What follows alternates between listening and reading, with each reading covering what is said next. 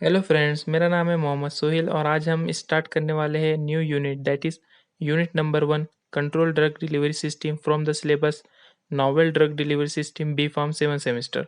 आज इस lecture number 1 में हम कवर करेंगे introduction of control drug delivery system, terminology और definition and then advantages of and disadvantages of CDDS। So friends, इन तीन टॉपिक्स को आज हम समझेंगे। अकॉर्डिंग टू PCI सिलेबस को भी हम जल्द से जल्द कंप्लीट करेंगे। So without any further delay let's begin with introduction. सबसे पहले हम ड्रग डिलीवरी सिस्टम क्या होता है ये समझ लेते हैं। So drug delivery system are दो system in which drug is transported और transferred into body by different different methods और simply saying different different routes. ये एक ऐसा सिस्टम होता है जिसकी मदद से हम ड्रग को बॉडी में ट्रांसफर करते हैं वाया डिफरेंट डिफरेंट मेथड और डिफरेंट रूट्स। एग्जाम्पल से समझना है तो मान लीजिए एक रूट है that is oral route. By oral route हम सिरप और टैबलेट कंज्यूम करते हैं और उस ड्रग को बॉडी में ट्रांसफर करते हैं to get desire pharmacological action. मुझे नहीं लगता है कि अब किसी के भी मन में ये डाउट होगा कि ड्रग डिलीवरी सिस्टम क्या होता है। Now drug delivery system is not about route, not about dosage form, it's all about how drug release into the body. Drug delivery system में हम रूट या फिर डोसेज फॉर्म नहीं पढ़ते हैं। इसमें बेसिकली हम स्टडी करते हैं कि ड्रग को बॉडी में रिलीज कैसे किया जाए। Then there are two types of drug delivery system, novel drug delivery system that is NDDS and conventional और ट्रेडिशनल ड्रग डिलीवरी सिस्टम। जो नॉवेल ड्रग डिलीवरी सिस्टम है वो कम्प्लीटली न्यू कंसेप्ट है हमारे लिए, जो हमको इस यूनिट में कंप्लीट स्टडी करना है। बट जो कन्वेंशनल और ट्रेडिशनल सिस्टम है वो हम कई सालों से यूज़ करते आ रहे हैं। अब सभी के मन में आ रहा होगा कि अगर ऑलरेडी कन्वेंशनल सिस्टम है और पुराना सिस्टम है, so why we start using novel drug delivery system. So the main reason for not using conventional system is that the less bioavailability and some side effect. Novel drug delivery system is easily bioavailable at particular site. So जितने भी problem conventional drug delivery system में हम face करते हैं like bioavailability, less patient compliance. So to overcome all this problem we use novel drug delivery system. Now अब हम समझते हैं novel drug delivery system क्या होता है। Novel drug delivery system is to provide a therapeutic amount of drug to the appropriate site in the body and then maintain the desired drug concentration for drugs to reach the targeted site with little or no side effect. Basically novel drug delivery system में हम proper amount में body को drug पहुंचा सकते हैं at particular site. जहां ज़रूरत है वहां इस मेथड से हम ड्रग को प्रॉपर अमाउंट में साइट पर पहुंचा सकते हैं। इस मेथड में लॉस भी कम होगा ड्रग का और बायो अवेलेबिलिटी भी इंक्रीज होंगी। नाउ अब हम समझते हैं कि novel drug delivery system work कैसे करता है। इस सिस्टम में जो ड्रग होता है वो पॉलीमर मैट्रिक्स में इनक्लोज्ड होता है। After administration of the particular drug gradually it releases in the body and showing action.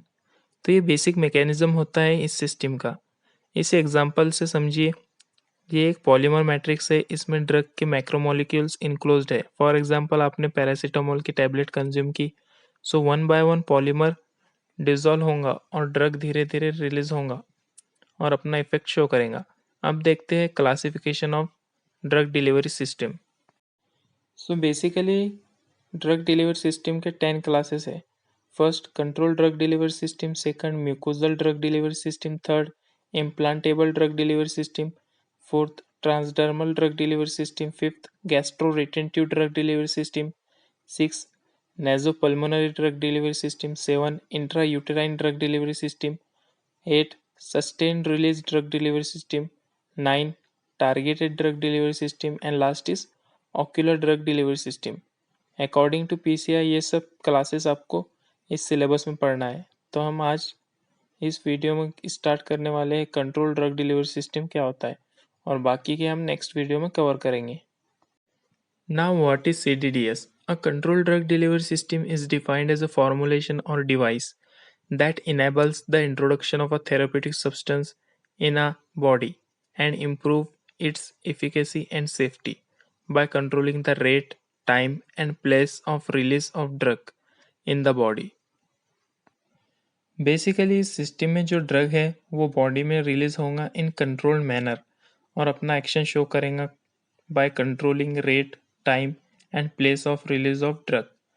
सो ये बेसिक मैकेनिज्म है सिस्टम का। अब हम समझते हैं कुछ टर्मिनोलॉजी और डेफिनेशंस को। फर्स्ट है immediate release dosage form. In this case, drug release from dosage form immediately after administration. It is useful if a fast onset of action is required for therapeutic reason. Then second है delayed release dosage form. In this case, drug does not release immediately like immediate release dosage form after administration. Example include enteric coated preparation. Then third terminology है prolonged release dosage form, which is also known as extended release dosage form. In this type of dosage form, the drug released at a relatively slow rate but for a long period so that the therapeutic action of the drug remains for an extended period. Then, fourth, receptor targeting. In this case, the target is the specific receptor for a drug with an organ or tissue. Then, fifth terminology है repeat action preparation. It usually contains two single doses of medication, one for immediate release and the second for delayed release. Example include layer tablet. And the last terminology is controlled release formulation.